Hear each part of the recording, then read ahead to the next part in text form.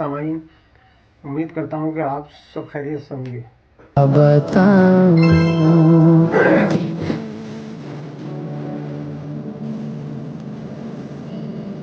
محترم حاضرین و سامعین، السلام علیکم ورحمۃ اللہ وبرکاتہ۔ آپ سب خیریت سے ہوں گے۔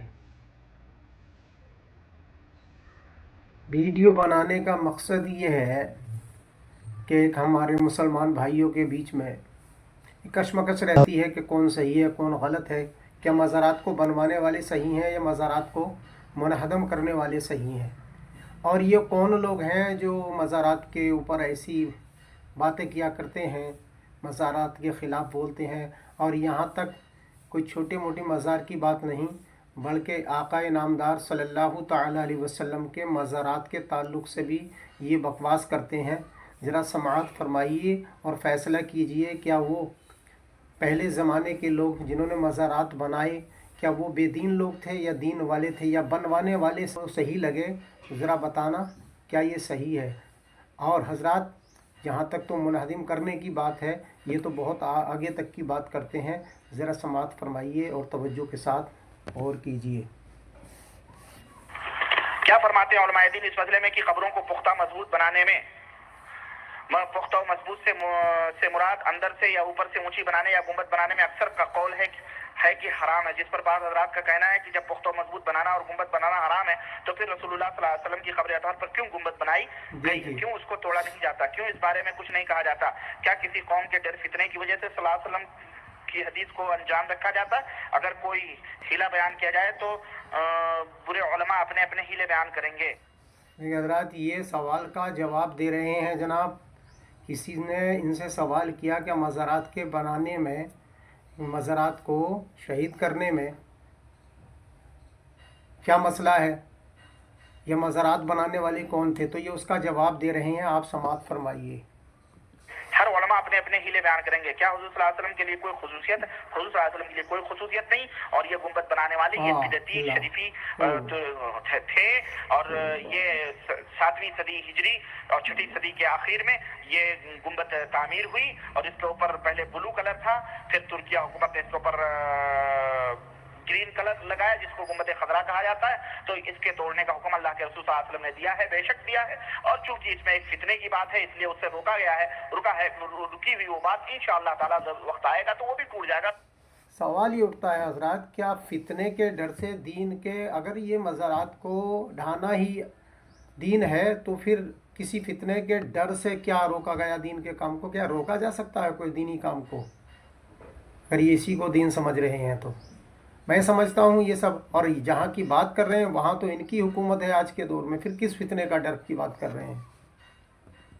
کوئی مسئلہ نہیں ہے، انشاءاللہ تعالیٰ جب وقت آئے گا تو وہ بھی ٹوٹ جائے گا، اس میں کوئی مسئلہ نہیں ہے، کیونکہ اللہ کے نبی نے فرمایا ہے کہ قبروں کے اوپر پختہ عمارتیں اس طرح کی تعمیر کرنا یہ حرام ہے۔ تو 6ٹھی صدی ہجری کے اندر منصور ابن قلاؤن جو مصر کا بادشاہ تھا، اس نے یہ گنبد تعمیر کرائی تھی اس خبیث نے، اور اسی وجہ سے وہ دیکھیے حضرات، یہ ہیں ادبدار لوگ، کتنے ادبدار ہیں، خبیث کی بولی کا استعمال کر رہے ہیں، اور ان لوگوں کو کہہ رہے ہیں جن کے سامنے یہ موجود بھی نہیں تھے۔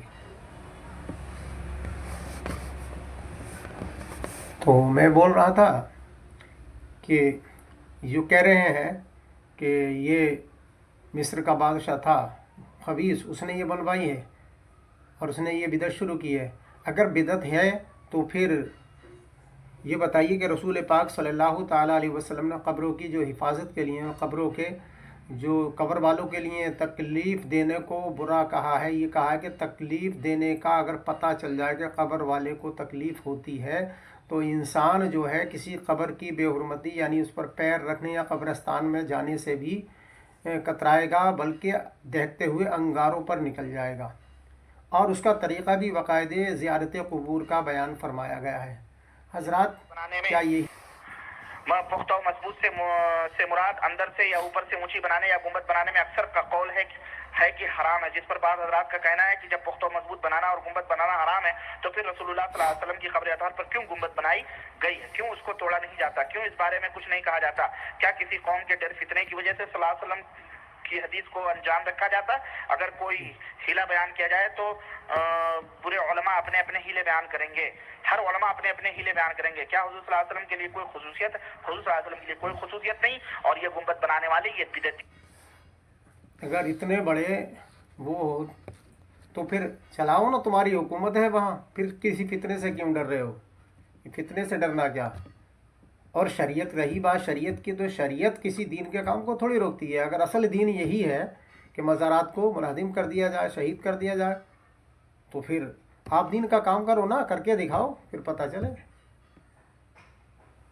آپ کی حکومت ہے، آپ چاہو تو کر سکتے ہو. لیکن یہیں یہ نہیں، یہ جھوٹ ہے.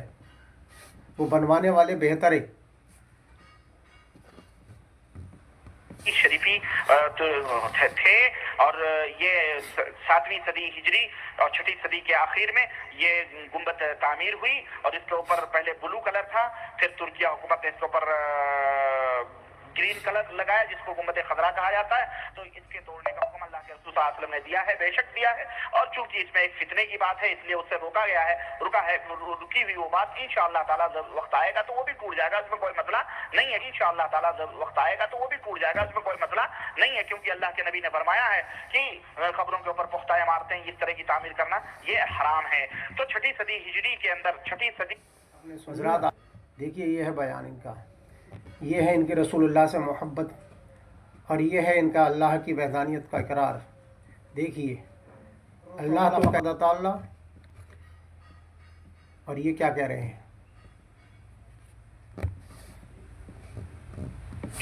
ہجری کے اندر منصور ابن قلاؤن جو مصر کا بادشاہ تھا اس نے یہ گنبد تعمیر کرائی تھی اس خبیث نے اور اسی وجہ سے وہ اس کی حکومت بھی چلی گئی. تو حضرات اگر یہ ویڈیو آپ کو سمجھ میں آئے تو آپ فیصلہ کریں کیا صحیح ہے کیا غلط ہے. کیا بنوانے والے حضرات صحیح تھے، یا آج یہ جس بات کا دعویٰ کر رہے ہیں کہ یہ دن اس کو ختم کر دیا جائے گا، گنبد خضرا کے بارے میں معاذ اللہ ایسی بات کہہ رہے ہیں. اگر آپ کو صحیح بات لگے، کچھ بات صحیح لگے تو ہاں نامے بھی جواب دیں. اور حضرات میرے اس چینل کو لائک کریں، شیئر کریں، اور پہلی بار آئے ہیں تو سبسکرائب ضرور کریں اور شیئر بھی کریں.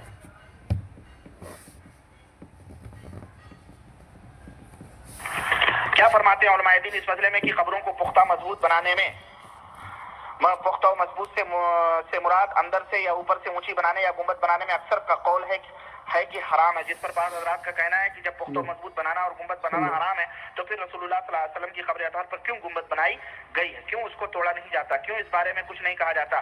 کیا کسی قوم کے ڈر فتنے کی وجہ سے صلی اللہ علیہ وسلم کی حدیث کو انجام رکھا جاتا ہے؟ اگر کوئی ہیلا بیان کیا جائے تو برے علماء اپنے اپنے ہیلے بیان کریں گے. ہر علماء اپنے اپنے ہیلے بیان کریں گے. کیا حضور صلی اللہ علیہ وسلم کے لیے کوئی خصوصیت؟ حضور صلی اللہ علیہ وسلم کے لیے کوئی خصوصیت نہیں. اور یہ گنبد بنانے والے یہ بدعتی شریفی تھے اور یہ 7ویں صدی ہجری اور 6ٹھی صدی کے آخر میں یہ گنبد تعمیر ہوئی. اور اس کے اوپر پہلے بلو کلر تھا، پھر ترکیہ حکومت نے اس کے اوپر گرین کلر لگایا جس کو گنبد خضرا کہا جاتا ہے. تو اس کے توڑنے کا حکم اللہ کے رسول صلی اللہ علیہ وسلم نے دیا ہے، بے شک دیا ہے. اور کب آئے گا وقت؟ حضرات دیکھ لیجئے ان کی ناد ہندگی.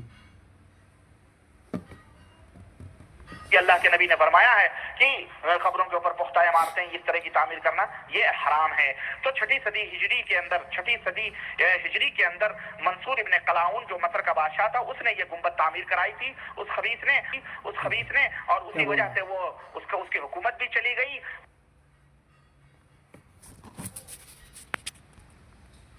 چونکہ اس میں ایک فتنے کی بات ہے اس لیے اس سے روکا ہے. رکی ہوئی وہ بات انشاءاللہ تعالیٰ جب وقت آئے گا تو وہ بھی ٹوٹ جائے گا. کیا ابھی ان کا وقت نہیں آیا کیا؟ کب آئے گا وہ وقت؟ ابھی تو حکومتیں تمہاری ہیں. کوئی مسئلہ نہیں ہے. انشاءاللہ تعالیٰ جب وقت آئے گا تو وہ بھی ٹوٹ جائے گا، اس میں کوئی مسئلہ نہیں ہے. کیوں